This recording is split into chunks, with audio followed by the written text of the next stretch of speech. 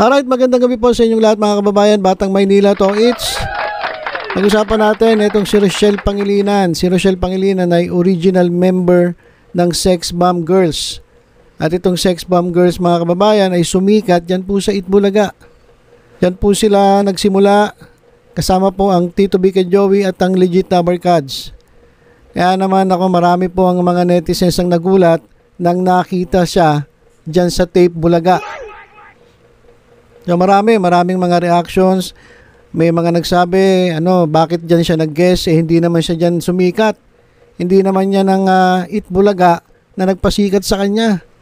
Diba dapat doon daw siya nag-guest dito sa TBJ, dito sa E80 ng TBJ. Kasi yun naman talaga ang kasama niya nung sila'y sumisikat bilang isang grupo ng sex bomb dancers.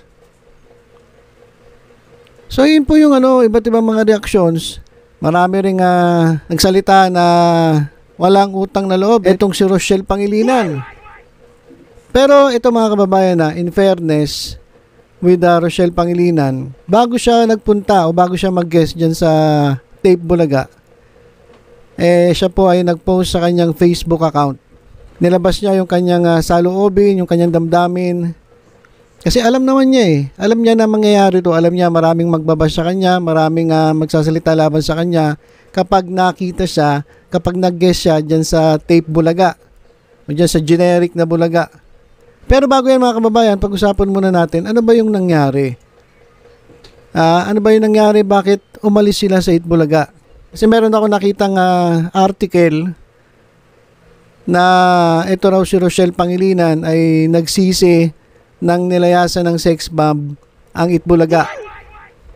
Ito, babasahin ko lang yung artikulo para at least malaman natin ano ba talaga yung dahilan bakit umalis sila sa Itbulaga. Kasi doon sila sumikat doon sila nakilala at nagkaroon din sila ng parang teleserye ba yun? Wala pang teleserye dati, basta meron silang programa na na Daisy 7.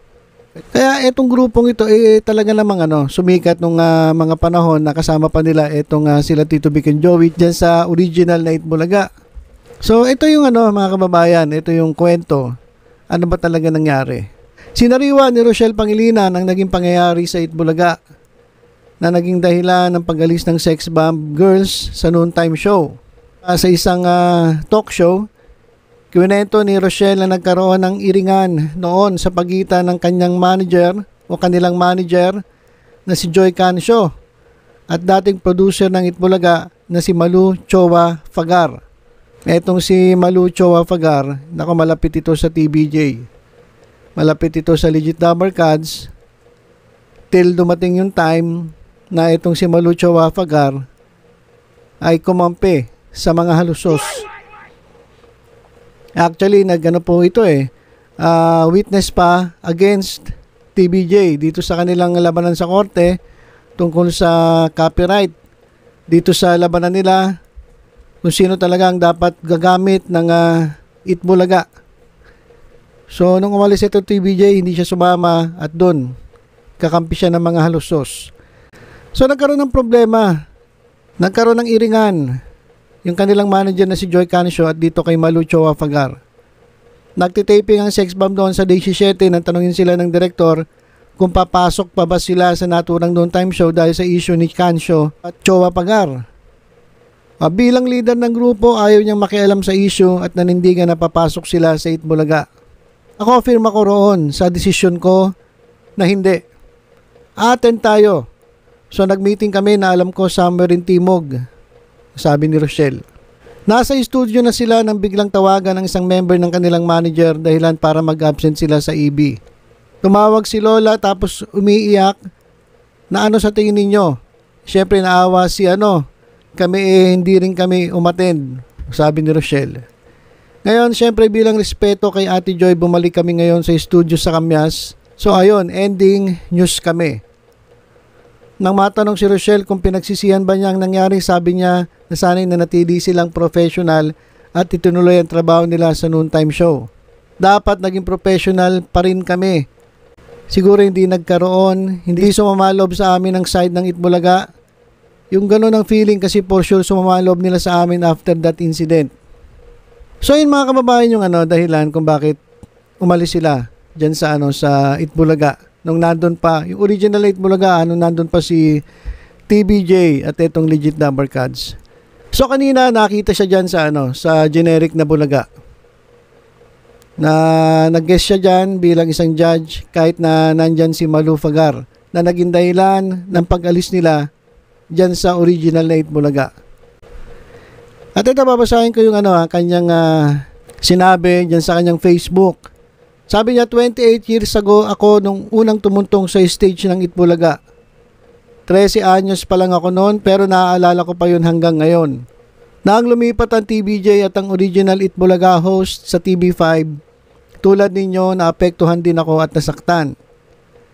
Sa araw na ito, apak ako ulit sa entablado ng Itbulaga.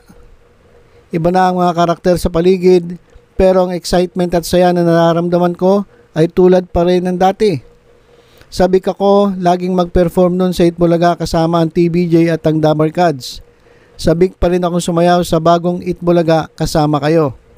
Bilang pagtanaw ng respeto sa Itbulaga, TBJ at original Dabar Cards, 7 buwan ang pinalipas ko bago pa man ako nangahas makapasok man lang sa bagong Itbulaga. So after 7 months, nag-expire. So hanggang 7 buwan lang talaga nakapagtiis. After 7 months, hindi niya na natiis. At nag-guest na siya dito sa generic na Itbulaga. So sabi tuloy na iba, hanggang 7 months lang yung delikadesa. After 7 months na wala na yung delikadesa. May takot, may pag-aalinlangan. Pero kumapit ako sa paniniwalang dahil gusto ko lang i-share ang talento kong ibinigay nila, ako ay tatanggapin ninyo. Nagpasintabi po ako sa original Itbulaga host and management bago ako umabot sa puntong ito. Magpapasalamat na rin ako sa mga kasamahan ko dati at naunawaan ninyo ang pag-guest ko ngayon. Bilang nanay na ako, nais ko ang mga kilos ko ay may pagmamalaki ng anak ko, ng asawa ko at ng mga mahal ko sa buhay. Maraming salamat sa inyong bukas na pag-iisip. Alright, at kung titingnan natin itong mga komento rito, ay marami po naman ang hindi nagalit kay Rochelle Pangilinan. At in fact, ang sabi nila, very professional. O next time naman daw sa original na E80 TBJ, ikaw mag-guest. Napakaganda ng puso mo, Idol Rochelle Pangilinan. Nagbigay respeto ka sa mga original at sa mga baguhang. Work is work, basta wala ka naman tinatapakan at tamang prinsipyo. Congratulations and God bless you. Okay lang yan, at least nagpaalam ka naman sa kanila. Work is work no matter what. Good luck and God bless you. Trabaho lang, walang personalan, ika nga, pero mas gusto kitang panoorin sana sa entablado ng E80 TV5. But I salute you na kuha mong magpaalam sa TBJ. Keep up the good work. Halos lahat naman dito ay natutuwa kay Rochelle Pangilinan. At ang hilingan ng iba, sana mapanood din siya dyan sa E80 ng TBJ sa TV5. Alright, so sa atin naman, ako wala naman ako nakikitang problema sa pag-guest ni Rochelle Pangilinan dyan sa generic na Bulaga. Siyempre, bilang nanay, kinakailangan niya magtrabaho, kinakailangan niyang kumita para sa mga anak. Alam niyo kapag anak na ang pinag-usapan, wala na, suko na tayo. Kapag sinabi nila na ginagawa ko to para sa aking mga anak, wala na tayong laban doon. Ang importante, kung totoo ito, hindi naman natin alam kung totoo o hindi, siya ay nagpasintabi dito sa mga original host ng Itbulaga, itong Tito, Vic and Joey at itong mga legit number cards. Kasi wala naman silang problema sa TBJ Ang problema nila si Malu Fagar Ewan ko kung bakit problema lagi ito si Malu Fagar biruin mo, ang lapit-lapit nila sa TBJ. Tapos ngayon nung umalis ang TBJ, nagpaiwan siya ron at ito, nag-witness pa against TBJ. So noon pa man siguro may problema na to. It's maging yung nila manager ng sex bomb girls nakaaway o hindi hindi nagkasundo. No, baka may attitude. baka may attitude itong si Malu Fagar. Siyempre, yung mga legit number cards na nasasaktan, yun na lang, intindihin na lang natin. Kasi siyempre, kinakailangan niya magkatrabaho. Alam naman natin na wala siya masyadong shows ngayon. So, yung mag-guest ka, magkano lang naman yan. At kahit pa paano makakatulong yan sa kanyang pagsisikap na matugunan ang pangangailangan ng kanilang pamilya. So, para sa akin, walang problema. Ito, malay nyo, susunod na araw naman, makita natin si Rochelle Pangilinan dyan sa E80 ng TVJ dyan sa TV5.